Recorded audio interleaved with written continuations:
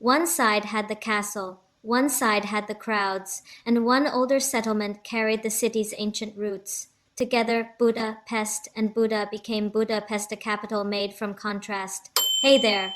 Welcome back to Cities in a Blink, where we uncover the stories behind the world's cities, one blink at a time.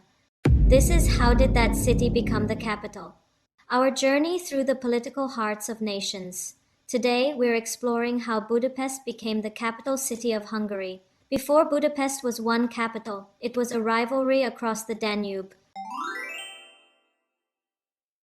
For centuries, the river separated two very different worlds. On the western bank was Buda hilly, fortified, royal, and old.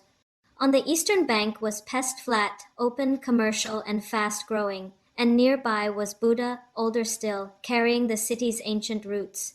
These places were not originally one city. They had different roles, different rhythms, and different strengths.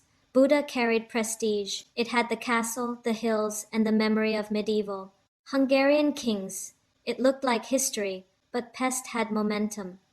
By the 19th century, Pest was becoming the faster, louder, more modern side. Trade expanded there, politics grew there, publishing. Markets and public life gave it the energy of a rising national center. If Buda felt like Hungary's past, Pest felt like Hungary's future. That contrast is what makes Budapest's capital story different. Hungary did not simply choose one city over another. It needed the strengths of all three. Buda gave the capital memory, Pest gave it movement, Buda gave it depth. Then came the bridge that changed the relationship between them. The chain bridge connected Buda and Pest across the Danube, making the two sides feel less like separate towns and more like halves of one national center. It was more than a bridge, it was a signal. The old royal side and the modern commercial side were being pulled together. After the Austro-Hungarian Compromise of 1867, Hungary gained a stronger political role within the dual monarchy. It needed a capital that could represent more than an old kingdom. It needed a capital for a modern nation. That moment arrived in 1873. Buda, Pest, and Buda were officially unified into one city, Budapest.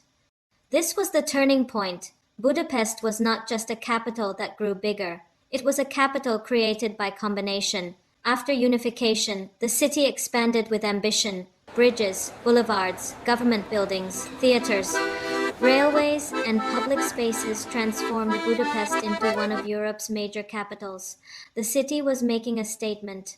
Hungary was not represented by a castle hill alone. It was represented by a modern capital stretching across both sides of the Danube, and you can still see that story today. The parliament building rises on the Pest side, facing the hills and castle of Buda across the river. One side speaks of government, business, and modern urban life. The other speaks of memory, monarchy, and older power. Budapest works because it holds both. So why Budapest? Because no single side had the whole story.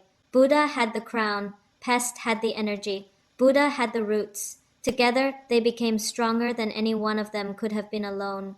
Budapest became Hungary's capital not by erasing its contrasts, but by merging them, a city of hills and plains, castles and old kingdom and modern nation.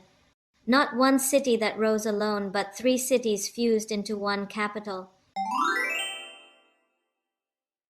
If you love discovering cities and the stories behind them, hit that subscribe button and join us for more adventures. Next up, we're exploring Europe's tiny capitals, from Andorra, Vella, and Vaduz to Valletta, Monaco, San Marino, Vatican City, and Skopje. Thanks for watching Cities in a Blink, where stories of cities come alive, one blink at a time.